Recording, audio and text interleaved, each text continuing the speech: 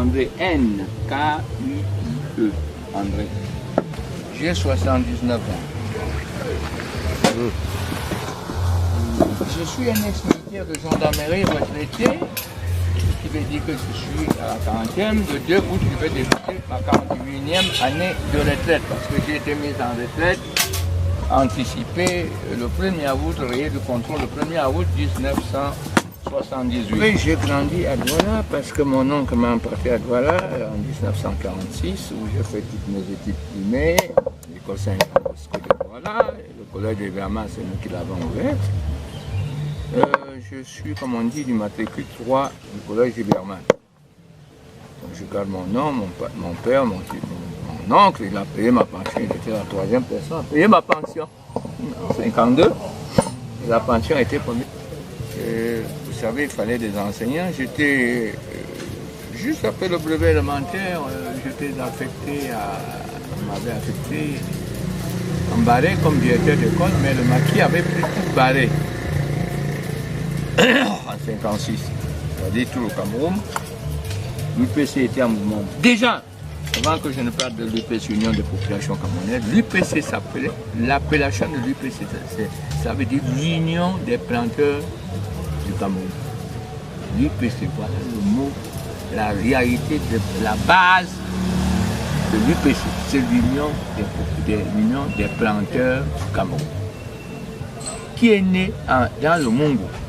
Et alors, le gouverneur Sukato, en 1950, il a dit maintenant, il faudra que ce soit une union nationale pour tout le Cameroun. Même les planteurs de café et de cacao doivent faire partie. Et c'est pourquoi, parce que c'était UPM, Union des planteurs du Mungo.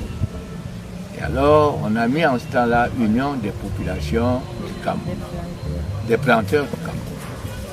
Maintenant, la politique est venue, ils ont mis UPC, Union des populations du Cameroun. Ça fait une confusion totale que vous, les jeunes, vous ne le saurez jamais. Il faut être à la base pour pouvoir dire, par exemple, d'où est né l'UPC. C'est Union des planteurs qui devient Union des populations. Oui, maintenant on appelle aussi. Non, quand ils ont fait la politique. Ou bien ils ont créé Union des populations à part et Union des planteurs à part, mais tout le monde a confondu ça. Ça a été une confusion totale et générale. Hein? Ça a été une confusion totale et générale. Il y a, comme je vous disais, je me suis donc rabattu, j'avais 16 ans. Je me suis passé le premier jeune Camerounais pour avoir un brevet après le CPE. D'abord, nous sommes les premiers jeunes Camerounais à avoir le CPE à l'âge de 11 ans, de 12 ans, 11 ans. On avait 6 des gars qui sont partis du Koumaï pour faire le CPE. Midika, Wofo, Ndongwet, je oublie le nom des autres. Mais dans le maquis, qui n'ont pas compris ce que c'est que le maquis, il y a Bafoussam, il y a Balen, il y a Badjoum. Mais Banjoun, les maquisards sont allés brûler même la CPE Banjoun. Hein. Dans les villages, les villages. Il n'y a pas eu de maquis dans la dans zone. Le Noun aussi. Oui, mais voilà. tout le côté Bam, a été sous maquis. Complètement. Noyé. Parce qu'ils ont brûlé Bamgoum jusqu'à Kouango, là, jusqu'à derrière la prison là-bas. C'était un certain petit marché. Hein. Ils ont mis le feu. Les maquisards ou les... Oui, les maquisards sont venus brûler tout ça. Et même à Balin, ils ont voulu brûler une quartier, mais comme le Balin était tenace, les Balin, des hommes ont dit non, les gens ont refusé. Mais chez nous, à Bafoussam, ici, même pas une maison n'a été brûlée par un maquis. Ok, on revient. Ça veut dire donc que vous partez de Douala pour l'ouest de Bafoussam. En 1957. En 1956, c'était juste après le bleu, puisque je ne pouvais plus travailler. Et à toi, c'était dangereux. Ma famille a demandé, rentre bébé, tu es trop jeune pour travailler d'ailleurs. Et comme c'était sûr, bien sûr, j'étais bloqué. Qu'est-ce qu'il a fallu? Je travaillais. J'ai commencé à travailler à la sous-préfecture comme comptable. Parce que Bafoussam n'avait pas d'électricité, c'était le groupe électrique. Hein? Alors le groupe électrique, j'étais alors comptable. Pour les factures, pour toutes les factures de la ville de Bafoussam. Vous savez, il n'y avait pas de machine d'ordinateur, il fallait travailler à la main. C'est-à-dire faire calculer à la main, c'est moi qui le faisais. Le chef de station, c'était M. Le Canet qui était électricien, parce que moi, je n'étais pas électricien. Et bien alors, en 1958, on a créé le commando. Nous, on est partis dedans, parce qu'on pensait qu'on allait faire l'armée. Quand nous sommes entrés juste au quartier Aouta, on nous a stoppés. Nous sommes partis pour la formation de la première armée avant l'indépendance en 1950.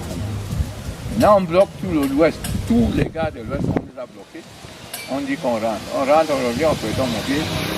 Alors, les Français ont dit non, il faut d'abord qu'ils retirent, puisqu'ils sont de Bamileke, qui veulent être dans l'armée, ils connaissent le magistrat, ils vont aller retirer leurs frères dans l'armée. C'est ainsi qu'on va créer le commando. On nous envoie à Champ maintenant pour créer le commando. Hein? Et en décembre 1959, on fait un concours où il y avait 20 places pour la gendarmerie. Nous étions admis pour la gendarmerie, nous sommes entrés dans la gendarmerie en 1959. Nous étions 20. Partant du commando pour la gendarmerie, nous étions 20. Maintenant, en ce qui concerne le maquis, quand vous parlez de Jacob Fossi, Jacob Fossi, vous savez, dans son enfance, c'était serviteur du chef. Et c'était le premier lettré de Bafoussam. Serviteur du chef Bafoussam. Oui, quand il était bébé. D'accord. Il servait à la chefferie. Bon, mais il est devenu quand on disait, vous savez, dans le temps, on disait qu'il fallait aller à l'école. Quand Jacob Fossi portait les enfants du chef pour aller à l'école, arrivé là-bas, on dit non, on va taper les enfants. Lui, il laissait les enfants du chef dehors, dans la bouche, et il partait en classe. Hein? C'est ainsi qu'il va devenir intellectuel. Ensemble que le médecin Tagne, Mathieu. Hein? Ils étaient des serviteurs, on dit les boys. Maintenant, ils sont lettrés. Aussi l'intègre, maintenant, il devient fonctionnaire des eaux de forêt. Technicien des eaux de forêt. Alors, celui qui a planté tous les arbres, les cactus que vous voyez là, il était là. Quand le maquis est venu, alors il s'est adhéré dans l'UPC. Et de un, il ne voulait pas, parce que voilà l'histoire de Fossi. Fossi étant le premier intellectuel, a su que Bafoussam allait devenir grand un jour. Il avait demandé au chef, qui était même moins âgé que lui, il lui a dit, bon, voilà, la ville risque s'agrandir, il faut qu'on borne Bafoussam. Voilà le malheur.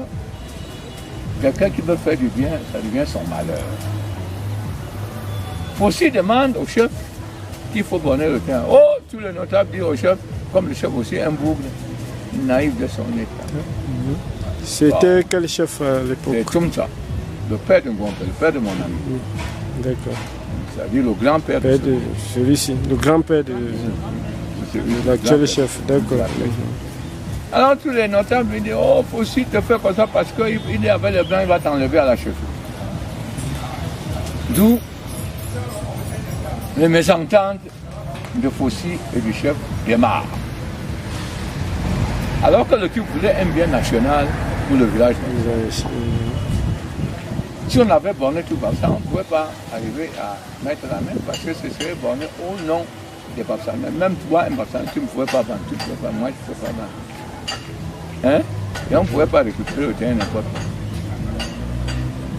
Voilà, maintenant, le maquis arrive, on arrête Fossi. Les autres, on a arrêté dans Bafoussam, il y avait Fossi, ils étaient au nombre de 4. Bon, là, on arrête Fossi exactement pour quel motif? Parce qu'il est péciste. Ah, d'accord. Il est péciste. On l'arrête. On l'envoie en prison, en détention à Tchang. Mais compte tenu de sa valeur, un jour est arrivé où est-ce qu'on les a libérés. De Tchang, nous on était déjà dans le commando.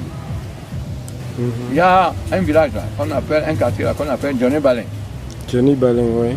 Si vous le connaissez. Le quartier de Mafoni, le village de Mafoni. Voilà. Johnny Balin. Vous savez, les palmiers là, les tiges de palmiers qui sont là en route là, sur le goudron, on a enlevé quelques-uns, mais il en reste encore. Fossi marche à pied jusque là-bas. On sait comment est-ce que les nouvelles sont arrivées ici. On dit au chef, mais on a laissé Fossi vient, il va te tuer.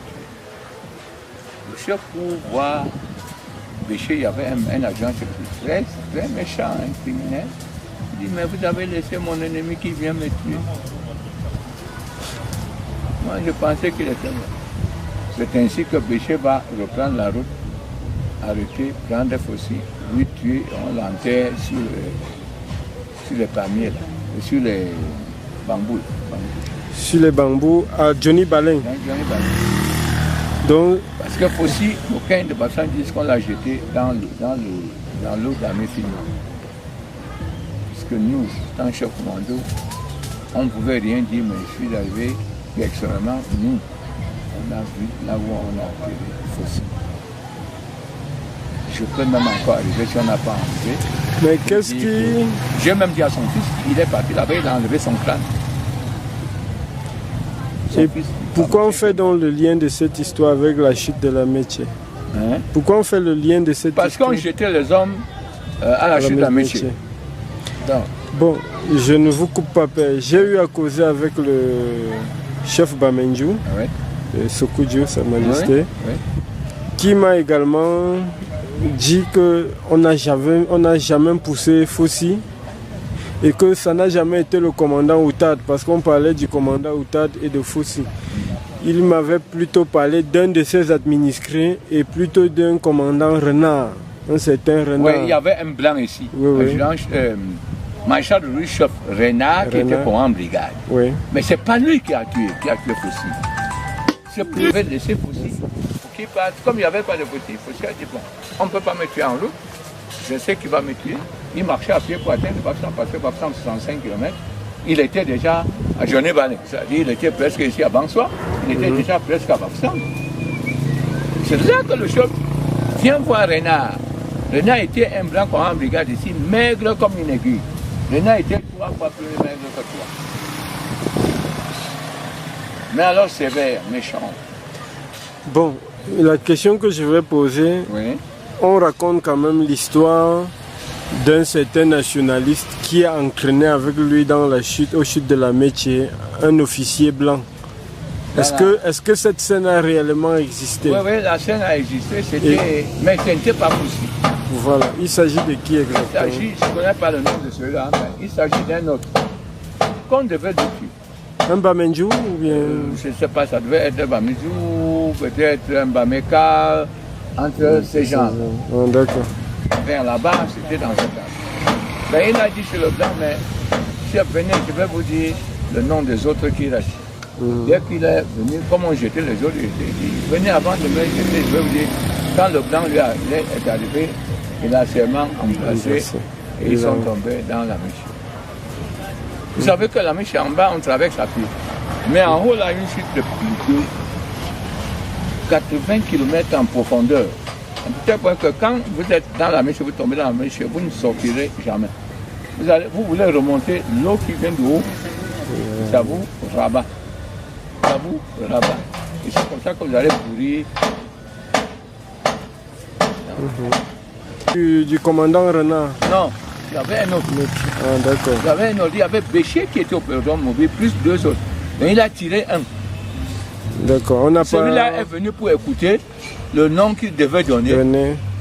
Il a entraîné. Et il est parti avec celui. D'accord. C'était ni Renard, parce que Renard est parti du Cameroun